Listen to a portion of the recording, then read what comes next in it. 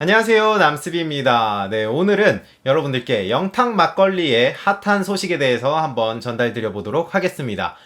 지금 영탁 막걸리를 만들고 있는 예천양조하고 실제 가수 박영탁 씨하고 상표권 관련해서 분쟁이 이슈가 많이 되고 있는 상황입니다. 그래서 이 이슈들을 제가 한번 정리를 해보고 과연 법대로 하면 어떻게 결과가 나올 것인가, 누가 승리할 것인가를 한번 예측해보는 시간을 가져보도록 하겠습니다.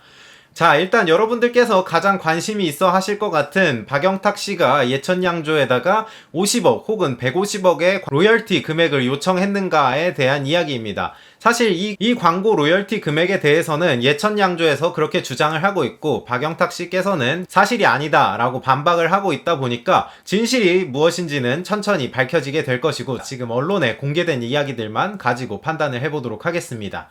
첫 번째로 예천양조에서 만들고 있는 영탁 막걸리, 과연 박영탁 씨의 허락이 없이도 계속 영탁 막걸리를 사용할 수 있을까요? 법대로 했을 때 과연 사용할 수 있는가에 대한 문제를 설명드려 보도록 할게요.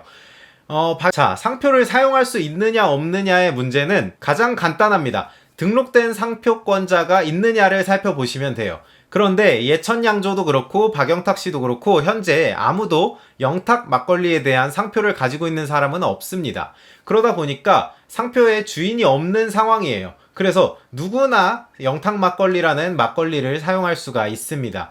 그렇다면 예천양조뿐만 아니라 다른 막걸리 회사들도 모두 영탁 막걸리라는 이름으로 막걸리를 만들 수가 있는 거예요. 물론 소비자들은 똑같이 영탁 막걸리 베낀 거네? 아니면 이거 가수 영탁 허락 받고 만드는 건가? 라고 궁금해 하실 수도 있겠지만 어쨌든 법적으로 봤을 때에는 누구나 영탁 막걸리라는 것을 사용할 수가 있습니다. 자, 그러면 영탁씨 측에서는 내 이름이 들어간 상표인데 다른 사람들이 못 쓰게 막아야 되겠다라고 할 수가 있을 것 같아요. 그러기 위해서 가수 영탁씨는 상표를 출원을 했습니다. 영탁이라는 이름으로 상표를 출원을 했는데 아직 그게 등록이 되지는 않은 상황이에요. 여기서 제가 박영탁 씨의 이름으로 된 상표가 어떤 게 있는지, 영탁 막걸리 말고 뭐가 있는지를 한번 살펴봤습니다. 키프리스에 접속해서 영탁을 검색하시면 누구나 다 확인하실 수가 있습니다. 그랬을 때 상표의 이름 중에 영탁이 들어가 있는 상표들을 한번 살펴보도록 할게요.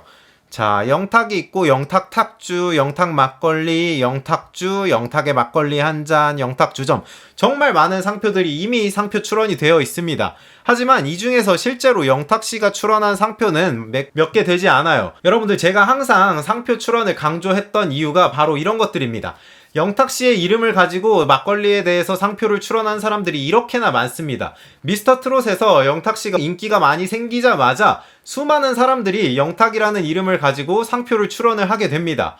물론 영탁이 상당히 유명해졌기 때문에 상표법 중에서 영탁씨를 보호하기 위해서 이 사람들에게 상표를 등록받지 못하도록 하는 그런 법률이 있어서 다행히 등록까지 되지는 않았어요. 하지만 여러분들께서도 항상 내가 우연치 않게 방송에 출연을 해서 인기가 상당히 많아졌다, 대중들에게 알려졌다 라고 하게 된다면 이렇게 무조건 상표 브로커가 붙게 됩니다. 그러니까 여러분들도 항상 조심을 하시고, 자, 그러면 다시 영탁씨의 얘기로 돌아가서 영탁이 아닌 다른 사람들은 왜 상표를 출원했을 때 거절될까요? 그거는 바로 상표법 34조 제1항 6호에 나와 있습니다. 같이 잠깐 살펴보도록 할게요. 34조 제1항 6호에서는 저명한 타인의 성명, 명칭 또는 상호 등을 이들을 약칭을 포함하는 상표는 그 타인의 승낙을 받은 경우에만 상표 등록을 받을 수 있다 라고 설명하고 있습니다. 박영탁 씨가 아닌 사람이 영탁 막걸리를 상표를 출원하려고 한다면 반드시 박영탁 씨의 승낙 허락이 있어야 된다는 얘기가 되겠습니다. 결과적으로 예천양조가 영탁 막걸리라는 상표를 출원해서 등록받기 위해서는 박영탁 씨의 허락이 있어야 된다는 얘기죠. 그런데 이 허락을 받기 위한 협상이 계속 결렬이 되다 보니까 예천양조에서는 결국 상표를 등록받지 못하고 거절을 받게 되었습니다. 그리고 나서 박영탁 씨도 실제로 자기의 이름 영탁을 가지고 상표를 출원을 하게 됩니다. 키프리스에서 살펴보면 2020년 8월 19일에 박영탁 씨를 비롯한 두 분이 영탁이라는 상표를 출원을 하였습니다. 아직 심사 결과가 나오지는 않았고 등록이 되기 전입니다. 그랬을 때 이 상표를 등록받게 된다면 과연 예천양조에서는 영탁 막걸리를 사용하지 못하게 될까요? 제 영상을 잘 보셨던 분들이라면 선사용권을 기억하실 수 있을 것 같습니다. 영탁 막걸리라는 것을 예천양조에서는 2020년 1월부터 사용을 하고 있었고 박영탁 씨가 실제 자신의 이름으로 상표를 출원한 것은 2020년 8월입니다. 그렇기 때문에 이 박영탁 씨의 상표는 예천양조가 이미 만들고 있던 영탁 막걸리라는 상표에 대해서는 효력이 미치지 않습니다. 이 말은 쉽게 설명드리면 예천양조에서는 박영탁 씨의 허락이 없더라도 영탁 막걸리를 상표 등록 후에도 계속해서 사용을 할 수가 있다는 얘기가 되겠습니다. 내용을 한번 정리를 해보도록 할게요. 법대로 했을 때 예천양조에서는 과연 영탁 막걸리를 계속해서 사용할 수가 있는가? 법대로 본다면 사용할 수가 있겠습니다. 그리고 심지어 가수 영탁 씨가 상표를 등록받은 이후에도 영탁 막걸리는 계속 사용을 할 수가 있겠습니다. 자, 그런데 이게 무조건 법적인 문제로만 보아야 할 것은 아닐 것 같습니다. 예천양조에서 영탁 씨하고 광고 계약을 하지 않은 상태에서 계속해서 영탁 막걸리를 사용을 한다고 했을 때 소비자들이 이것을 그대로 받아들여주고 영탁 막걸리니까 내가 이걸 사야지 라고 하는 그런 광고 효과가 계속 있을까요? 물론 예천양조에서는 회사를 만든 백구영 회장의 영자와 탁주의 탁을 합쳐서 만든 영탁 막걸리다 라고 얘기를 하고 있기는 하지만 사실 모든 소비자들은 이거를 그런 영탁으로 보지 않고 가수 영탁으로 연상을 하고 막걸리를 구매를 하기 때문에 예천양조의 그런 주장은 사실 설득력이 높지는 않습니다. 그리고 한 가지 더 말씀드리면 가수 영탁 씨 측의 입장에서도 현재 150억 요구 혹은 50억 요구에 대해서 이미지가 굉장히 안 좋아지고 있습니다. 그런 상황에서 예천양조하고 이렇게 계속해서 대립각을 세운다면 가수 영탁 씨한테도 그렇게 좋을 것은 없어 보입니다.